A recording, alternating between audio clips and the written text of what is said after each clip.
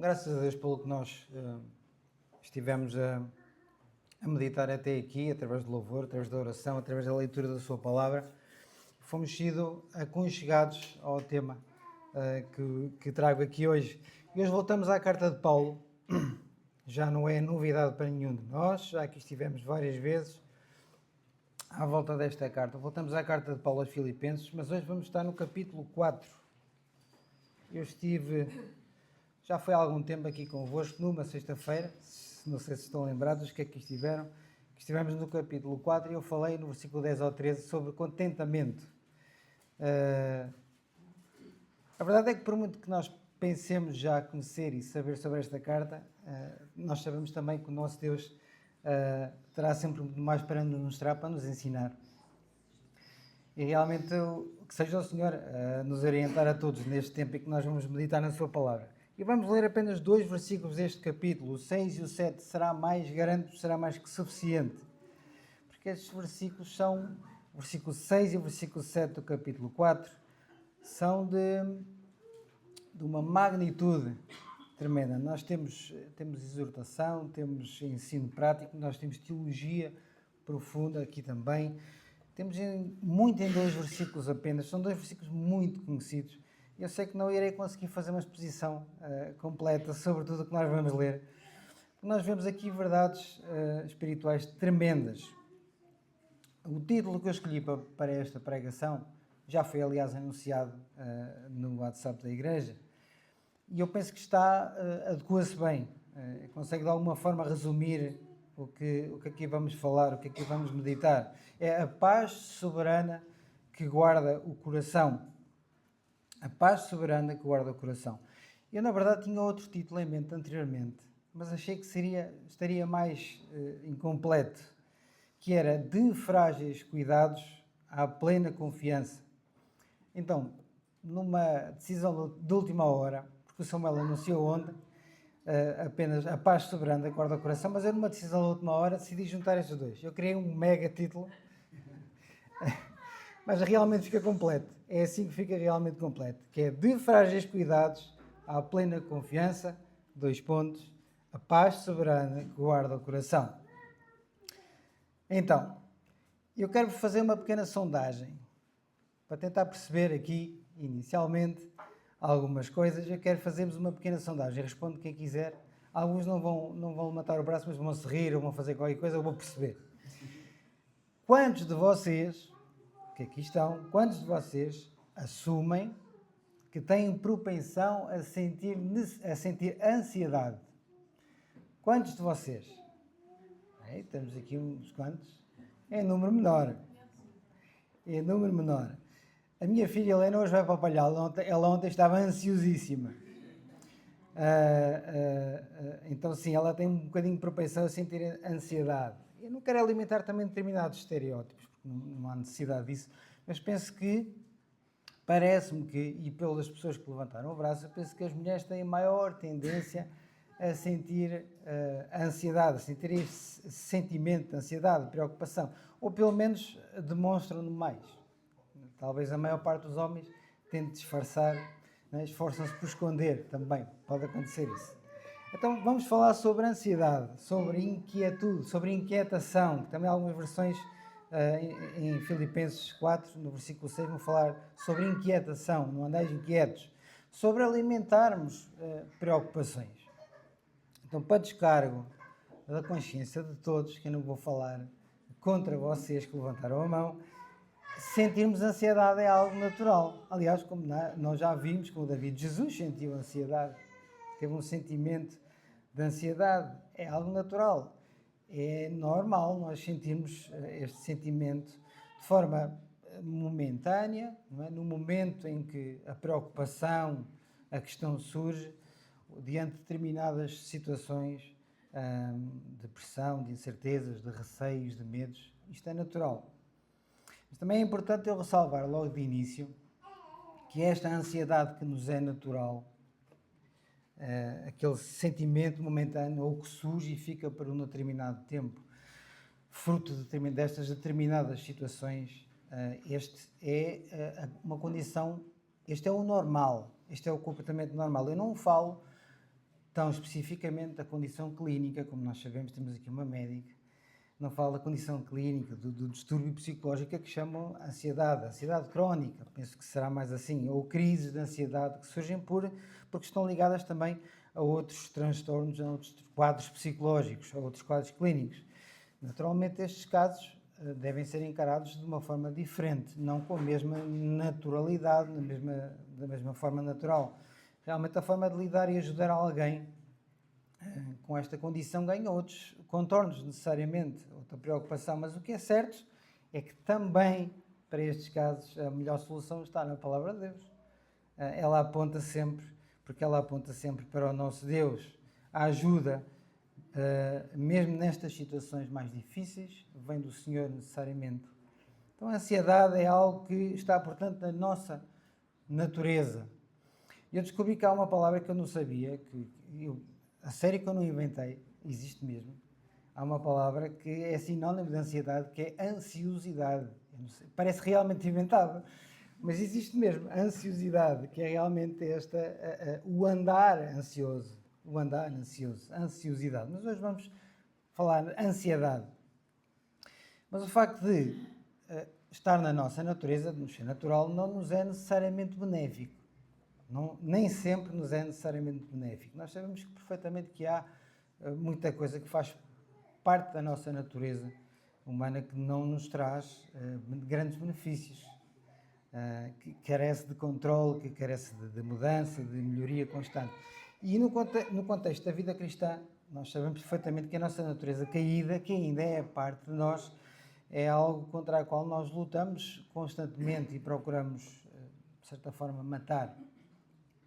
Então, a palavra de Deus não condena simplesmente ou proíbe este sentimento de ansiedade, mas dá-nos orientação sobre como nós devemos reagir, como lidar com a ansiedade, com esta inquietação, com este sentimento de preocupação, antes que este sentimento evolua para algo que desagrada ao Senhor. Então Paulo faz isso mesmo.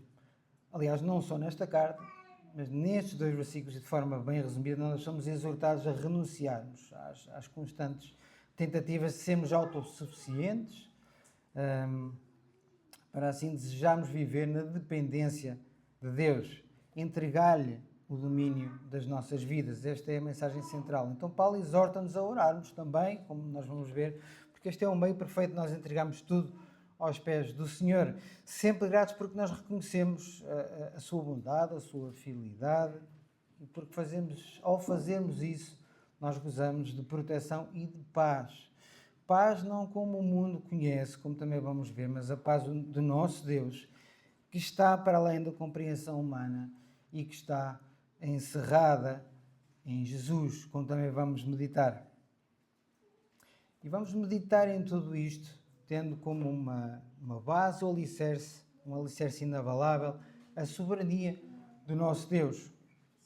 O Deus Criador, o Deus que sustenta, que preserva, que governa tudo e todos. O Deus que o planeou, como nós lemos na sua palavra, planeou, determinou desde a eternidade tudo o que acontece de acordo com o conselho da sua própria vontade para a sua glória, acima de tudo. Vamos à leitura. Filipenses, capítulo 4, versículos 6 e 7.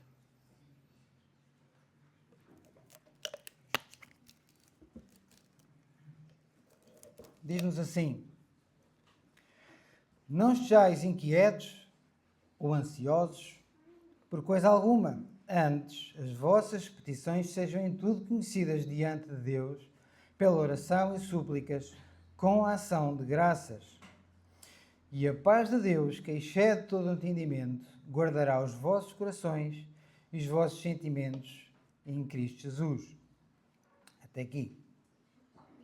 Então, um breve contexto desta carta para também entendermos a magnitude destes 2 versículos que acabámos de ler. Importa também percebermos qual o cenário real de onde eles brotam.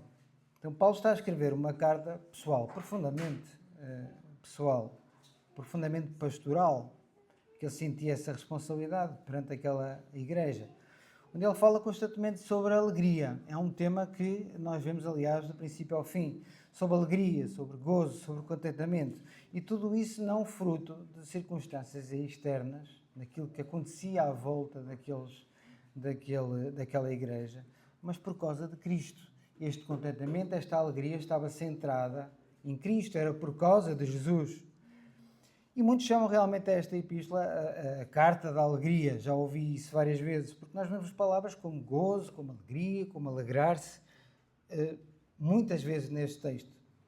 E isso não deixa de impressionar, porque há todo um contexto que não é assim tão alegre, humanamente falando, dado que Paulo, por exemplo, estava preso, estava acorrentado, estava em prisão. Tudo indica que estivesse em prisão domiciliária, e estando em prisão domiciliária tinha um soldado romano preso a ele.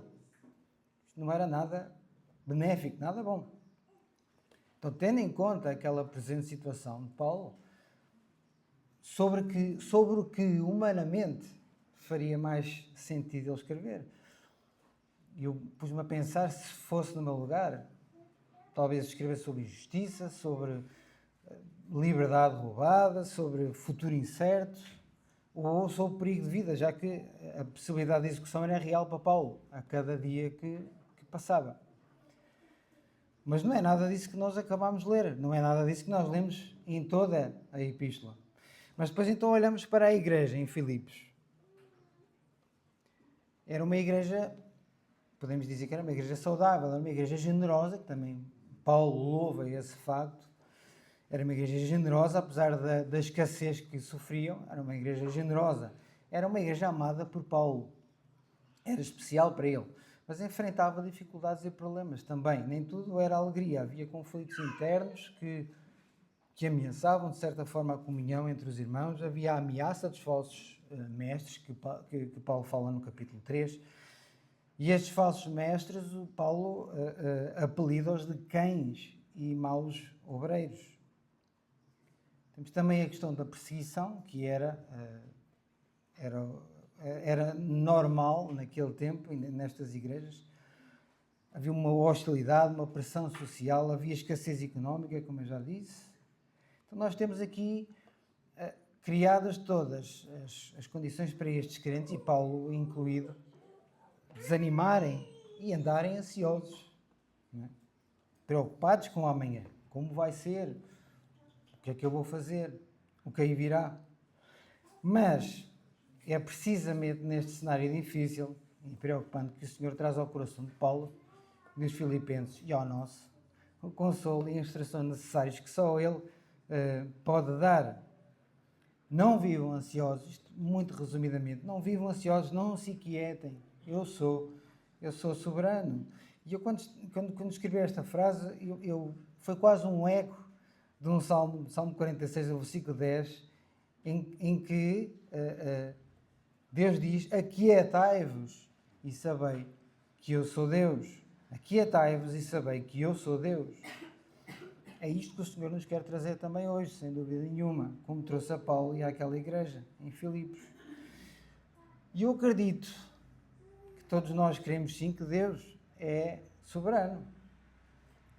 Não vou duvidar disso, mas queria-se então aqui uma certa tensão teológica, por assim dizer. De um lado temos a soberania de Deus, na qual nós cremos. Do outro lado temos a nossa natureza de ansiedade, o nosso sentimento de ansiedade. Então, soberania versus ansiedade.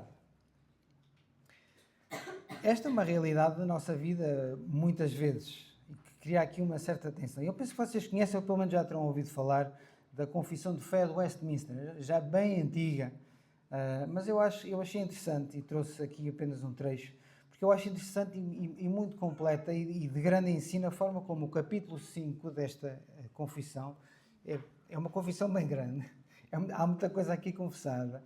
Mas no capítulo 5 desta confissão fala-nos sobre a soberania de Deus e a sua providência. Então, de forma muito resumida, porque é um capítulo também muito extenso, nós lemos que pela sua santa providência, segundo a sua presciência infalível e o livre e imutável conselho da sua própria vontade, Deus dirige, dispõe e governa todas as criaturas, ações e coisas, desde a maior até à menor. Tudo, todos. Eu creio que este é um ensino bíblico. Este é um ensino da palavra. A maioria aqui concordará comigo, penso eu. Contudo, aqui surge a atenção. Nós damos por nós, muitas vezes, a cometer uma incoerência, de forma bastante prática. Então, se cremos num Deus que governa desde o cair de um cabelo, já não tenho muito propriamente, mas desde o cair de um cabelo até ao curso de todas as galáxias, de todas as coisas, porque é que o nosso coração tende a ficar ansioso, agitado, inquieto, preocupado, e tantas vezes nos deixamos dominar pela incerteza, pelo medo, pelas circunstâncias à nossa volta. O por que razão é que nós, em vez de entregarmos todas as coisas àquele que governa, procuramos resoluções por conta própria. Ser autossuficiente, ser capaz, dominar a situação, assumir o peso de tudo, mesmo sabendo que nada temos, nada podemos. Então, quando a nossa teologia teórica diz que Deus está no trono, nós cremos nisso, mas a nossa vida na prática age como se o trono estivesse vazio, nós estamos a ser tudo menos coerentes. Então é necessário convertermos este nosso conhecimento teológico, importantíssimo, vital, sim, mas convertermos este conhecimento, o ensino da palavra, em realidade prática de vida. Vamos olhar para o texto que nós lemos. No versículo 6, Paulo começa assim: não andeis ansiosos por coisa alguma. Primeira parte do versículo 6. Não andeis ansiosos por coisa alguma.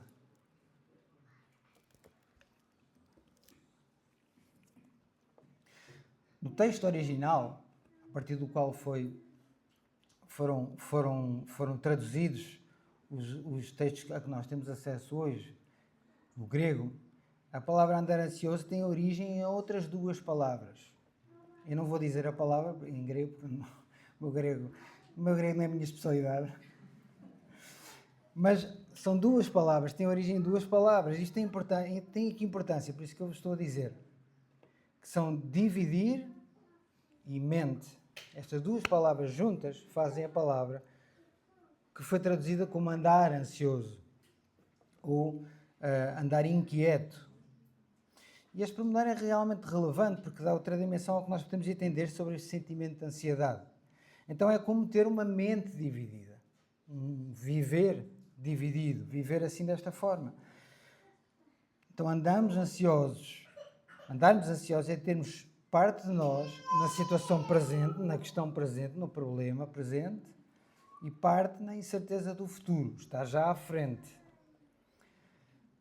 Ou uma parte em tentar focarmos na realidade, naquilo que está a acontecer, e a lidar com aquilo que está a acontecer, e outra parte em imaginar todo o possível, todo o tipo de possíveis cenários que podem acontecer. Por isso é que eu disse que isto é algo mais propenso às mulheres, que as mulheres fazem mais isto, já estão a pensar à frente. Uma parte em nós também pode querer agir, mas a outra paralisa no medo, não sabe o que fazer.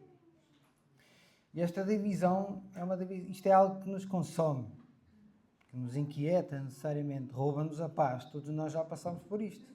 Rouba-nos a paz.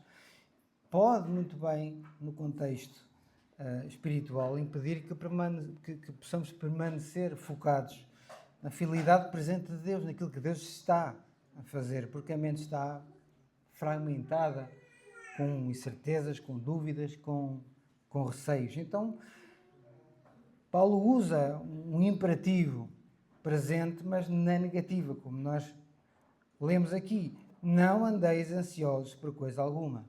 Não andeis ansiosos por coisa alguma. E novamente, no grego, porque isto também é relevante aqui, esta palavra, por coisa alguma, dá-nos uma ideia de uma ordem. Uma ordem para pararmos algo que já está em andamento. Paulo não está a dizer antes que as coisas aconteçam. Paulo está a falar para pessoas que estão a passar por aquele sentimento de ansiedade. Paulo está a dizer, parem. toda esta ansiedade, toda essa inquietação, toda essa divisão que a vossa mente insiste em criar, parem com isso. Parem com isso. E notem a precisão cirúrgica do apóstolo, por coisa alguma.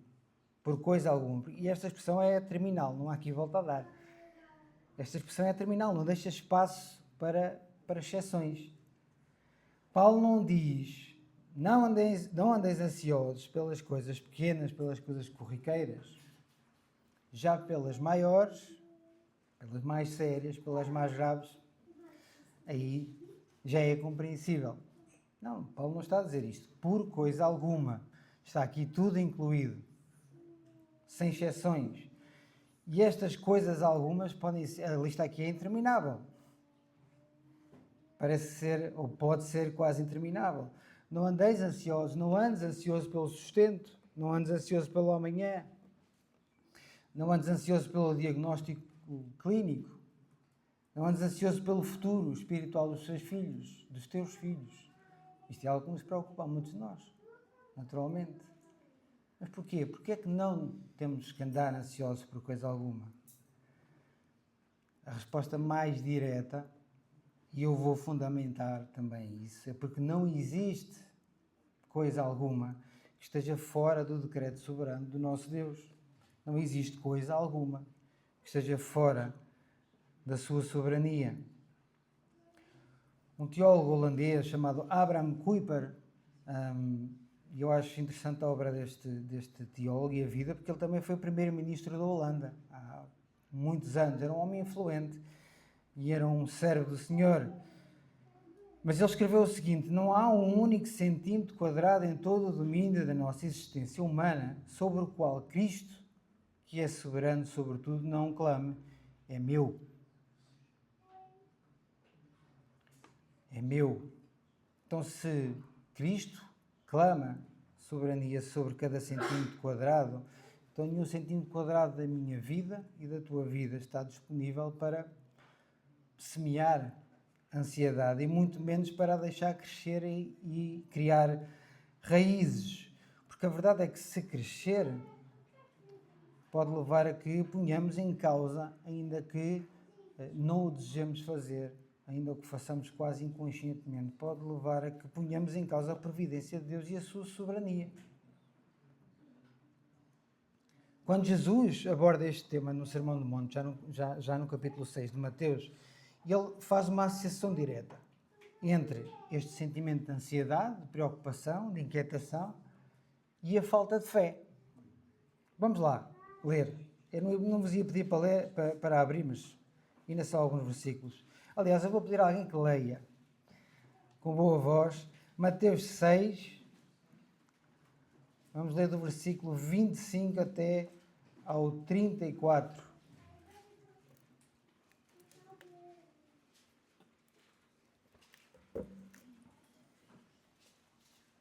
Que Jesus já aborda aquilo que Paulo também nos fala, já aborda este tema de forma bem, com muito ensino.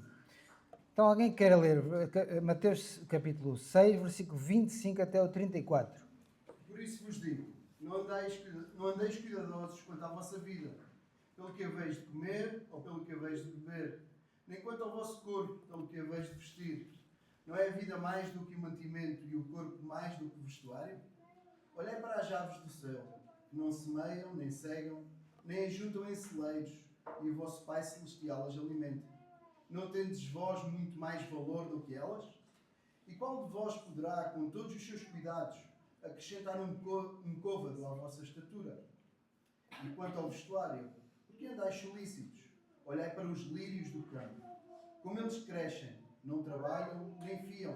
E eu vos digo que nem mesmo Salomão, em toda a sua glória, se vestiu como qualquer deles. Pois se Deus assim veste a erva do campo, que hoje existe e amanhã é lançada no forno, não vos vestirá muito mais a vós, homens de pouca fé? Não andeis, pois, inquietos, dizendo: que comeremos, ou que beberemos, ou com que nos vestiremos? Porque todas estas coisas os gentios procuram. Certo, o vosso Pai Celestial bem sabe que necessitais de todas estas coisas. Mas buscai primeiro o reino de Deus e a sua justiça, e E todas estas coisas vos serão acrescentadas. Não vos inquieteis, pois pelo dia de amanhã. Porque o dia de amanhã cuidará de si mesmo. Basta a cada dia o seu mal. Obrigado, Samuel. Não andeis inquietos. Mais uma vez, Jesus diz-nos isto, ensina-nos isto. Não andeis inquietos. O Pai conhece todas as coisas e tem em tudo o seu propósito. Busquem o Senhor, busquem o reino de Deus e a sua justiça. Tudo o resto vos será acrescentado. Calvino também, nas suas Institutas, ele escreve que quando não descansamos na providência de Deus, nós somos miseravelmente atormentados por medos infundados.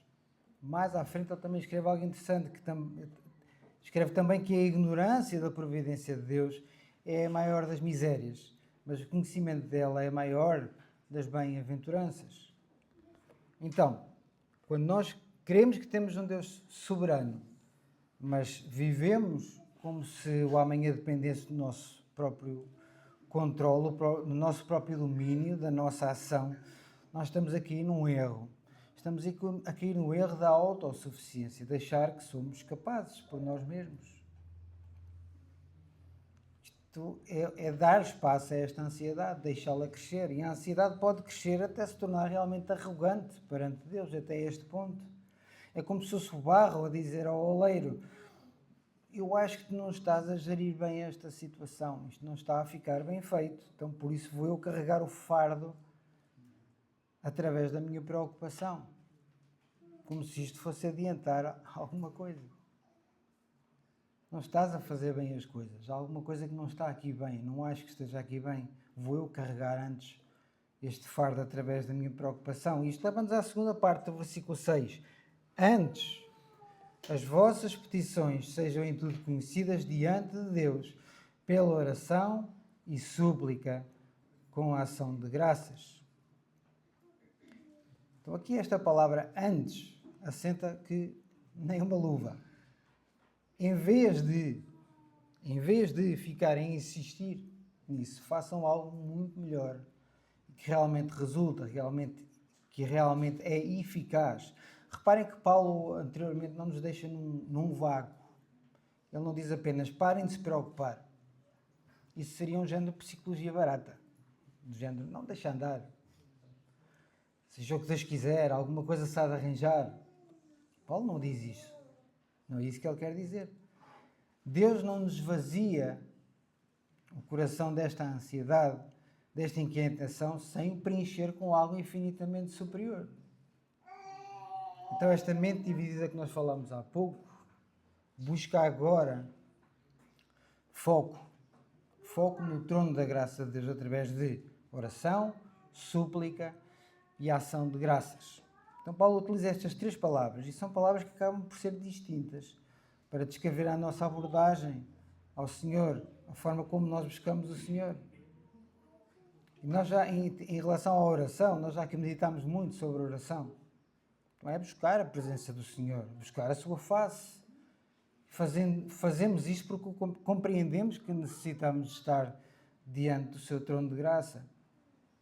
Também é preciso, muitas vezes, relembrarmos que a oração não é sobre o homem e as suas carências, não é sobre o homem e as suas necessidades apenas. A oração é, acima de tudo, sobre Deus e sobre a sua glória. A oração é, acima de tudo, sobre Deus e sobre a sua glória.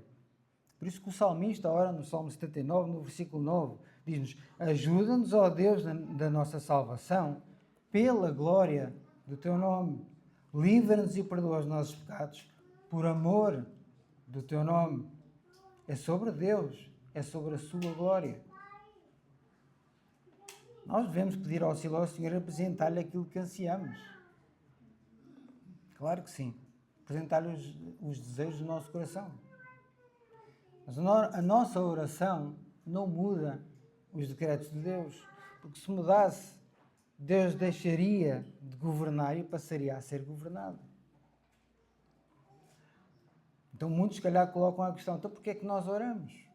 Se nada muda, se Deus não tem em conta a minha vontade, porquê é que nós oramos? Este ponto daria uma mensagem. Aliás, não daria uma mensagem, daria um estudo.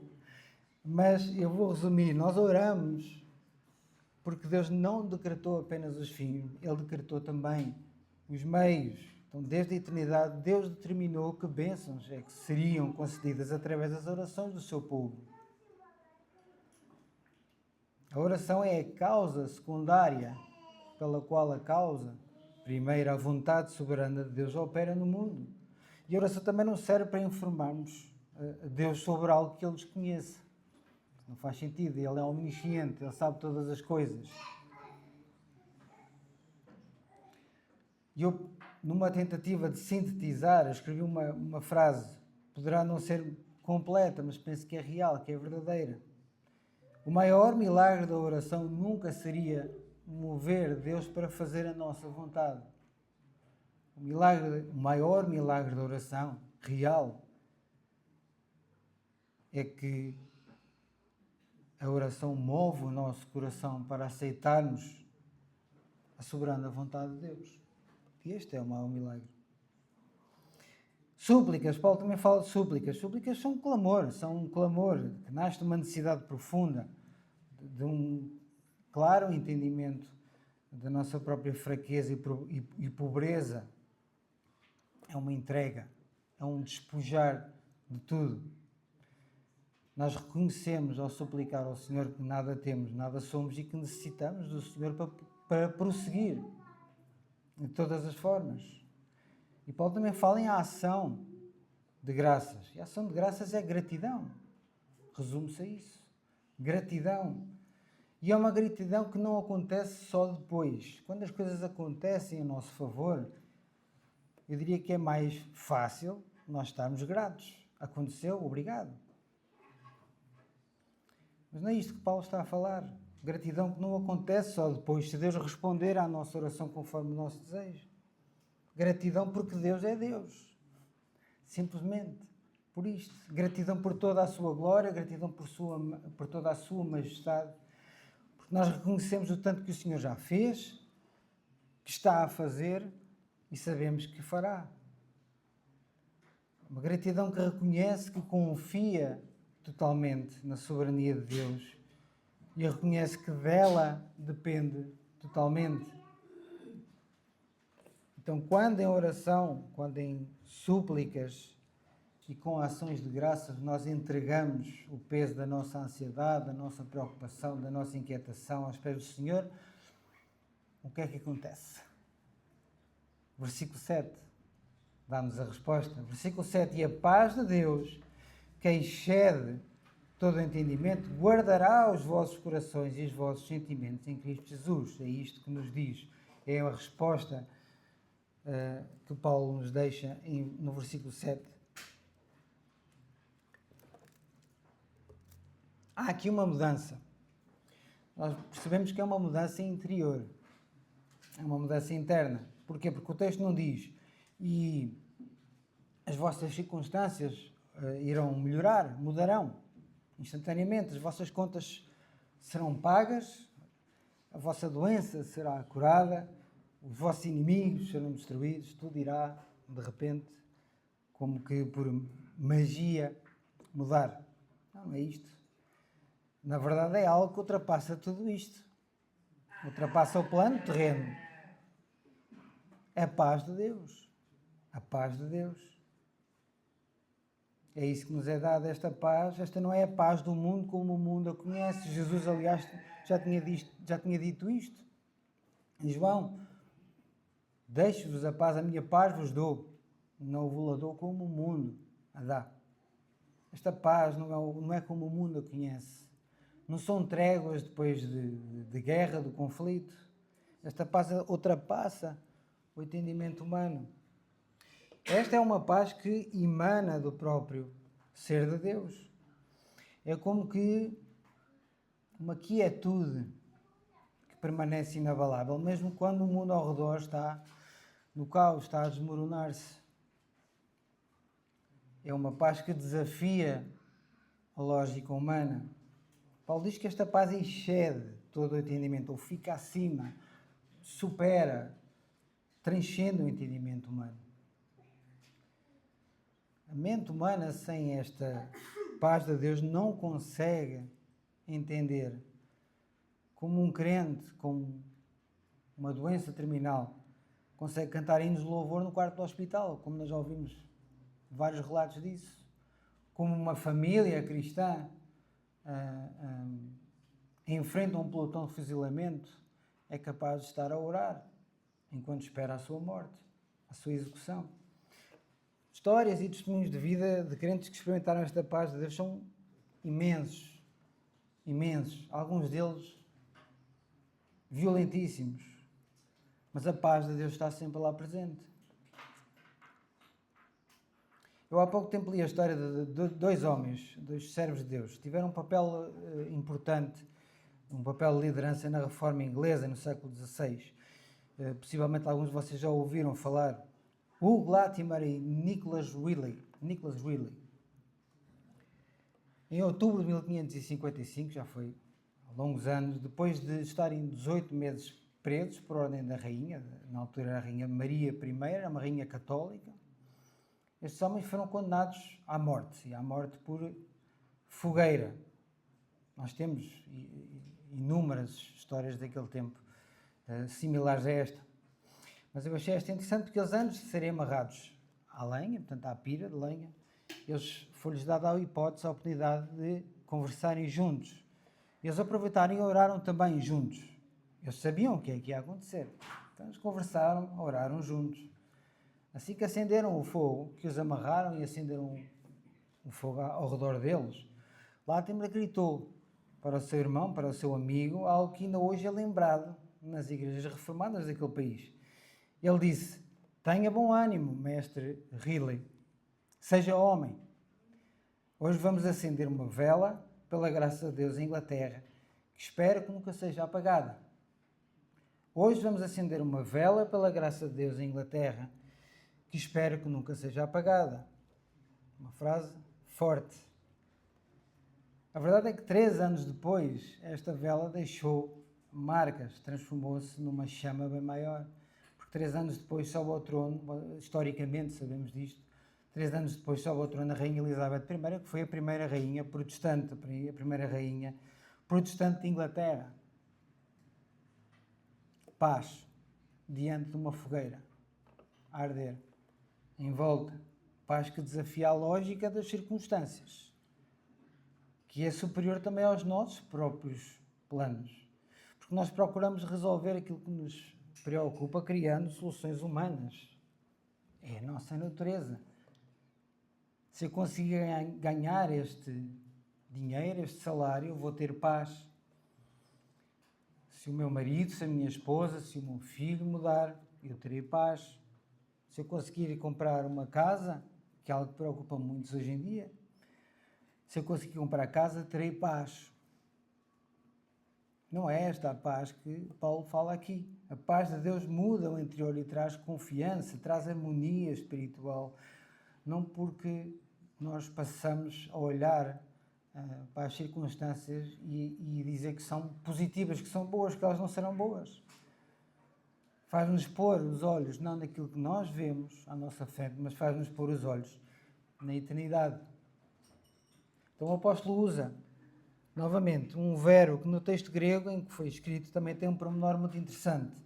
Guardar. E a paz de Deus, que excede todo o entendimento, guardará os vossos corações. Novamente, eu não vou dizer a palavra no grego. Mesmo que eu dissesse, vocês concordariam, a maioria de vocês. Mas não vou dizer, não vou arriscar. Guardará.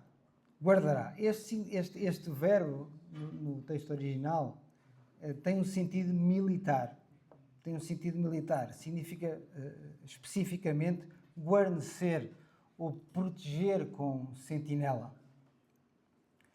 A cidade de Filipos, historicamente, isto é de conhecimento geral, era uma guarnição militar romana, ou seja, funcionava como uma colónia militar de soldados romanos. Então, o povo de Filipos sabia muito bem o que era ver sentinelas romanos fortemente armados a patrulhar as muralhas da cidade para controlar, para evitar invasões inimigas. Então, Paulo toma essa imagem visual conhecida daqueles homens e aplica à vida espiritual do crente.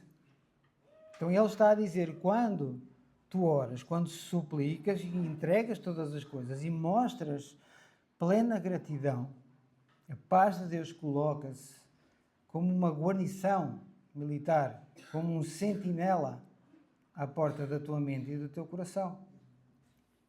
Então aqui nós percebemos que a ansiedade toma um papel de invasor, que tenta invadir a tua vida, os teus pensamentos. Mas a paz de Deus, como uma sentinela celestial, barra a entrada a estes pensamentos invasores. Então, para terminar, vamos falar do fundamento essencial, com que Paulo termina o versículo 7 também. Como é que esta sentinela se mantém firme, se mantém inabalável? Qual é o fundamento para que Deus nos conceda tal paz? E a resposta tem tanto de simples como de completo. A resposta está nas 3 últimas palavras do versículo 7. Em Cristo Jesus. Em Cristo Jesus.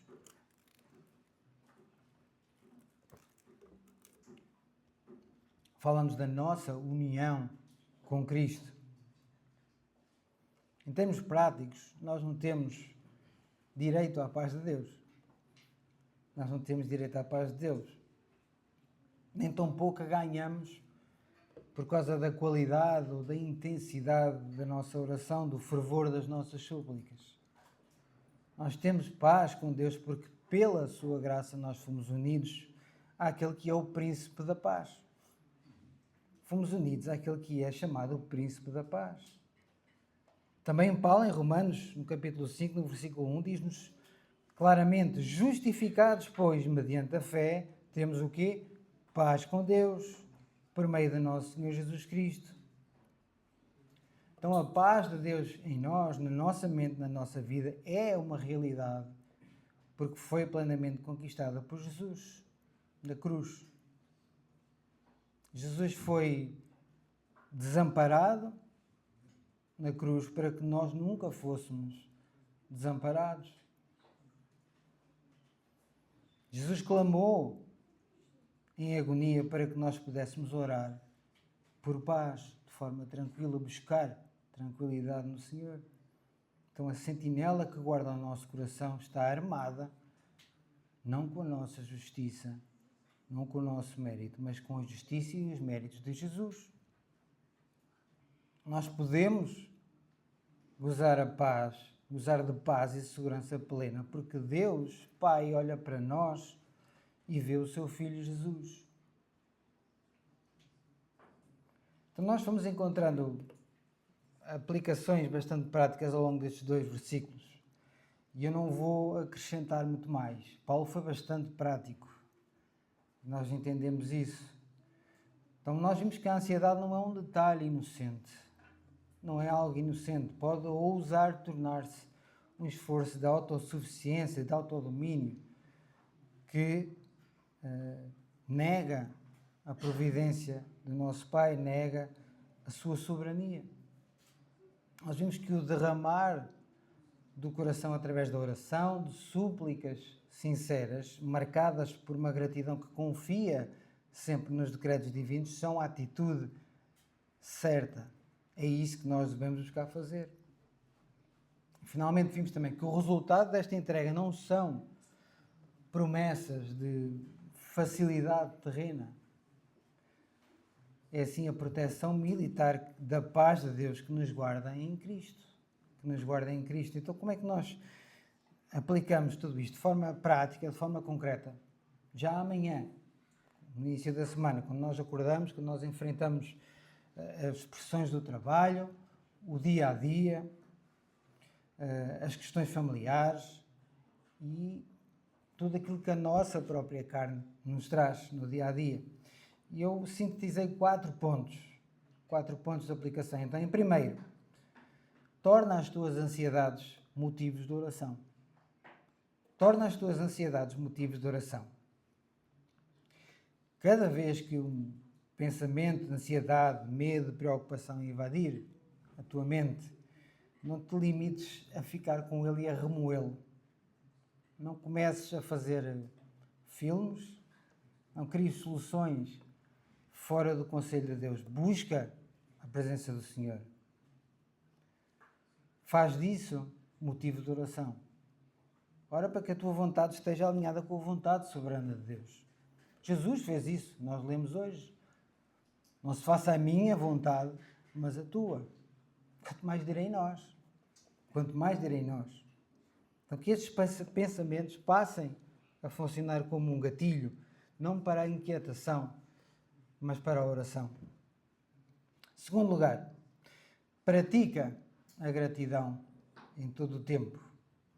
Isto, para alguns de nós, é um desafio.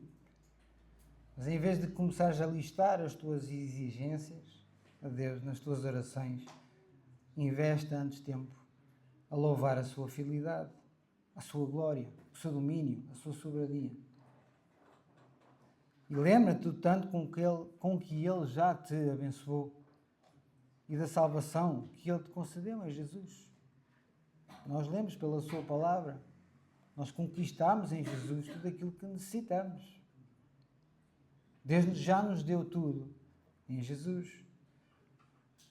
Um coração grato não tem espaço para ser um coração ansioso.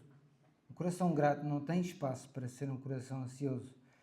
Em terceiro, e eu aqui vou apelar à vossa memória, Romanos 8, 28 não é uma hipótese. Romanos 8, 28 é um facto. Alguém sabe o que é que diz Romanos 8, 28? Exatamente. Paulo afirma um facto, uma certeza, um dado adquirido.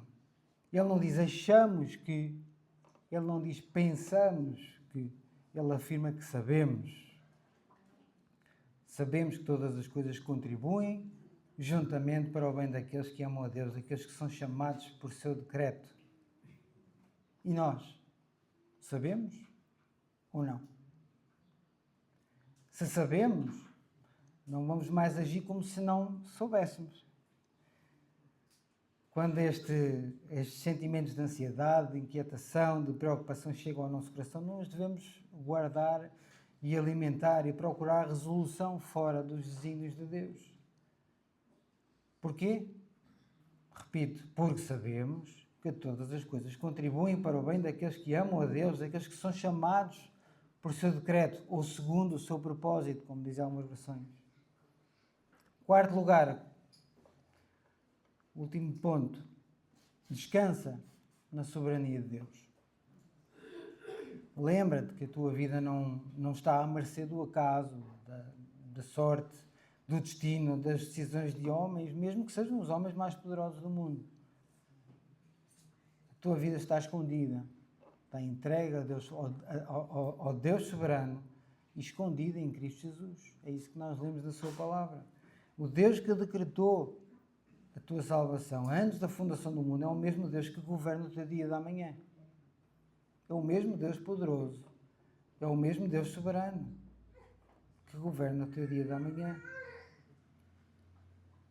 Também quero deixar uma palavra para aqueles que estão aqui, que ainda não estão em Cristo Jesus, como nós lemos. Eu preciso dizer com amor, claro, mas com a clareza da verdade bíblica. Tu tens motivos para andar ansioso. Tu tens motivos para andar ansioso, porque sem Jesus tu não terás esta paz de Deus. Sem Jesus, aliás, tu estás sob a ira de Deus. Entregue ao curso deste mundo, sem esperança para a eternidade. Podes ter muitas preocupações na tua vida, mas que maior preocupação podes ter na tua vida se não esta? A salvação da tua alma. Então o meu desejo, a minha oração, é que, segundo a sua vontade, o Senhor soberano se revele ao teu coração e que o seu Santo Espírito te traga discernimento para que compreendas o teu pecado e o quanto necessitas de Jesus como teu Salvador. Então aí sim, gozarás de uma paz que excede todo o entendimento. Então que o Senhor aplique esta palavra aos nossos corações para a glória do seu nome.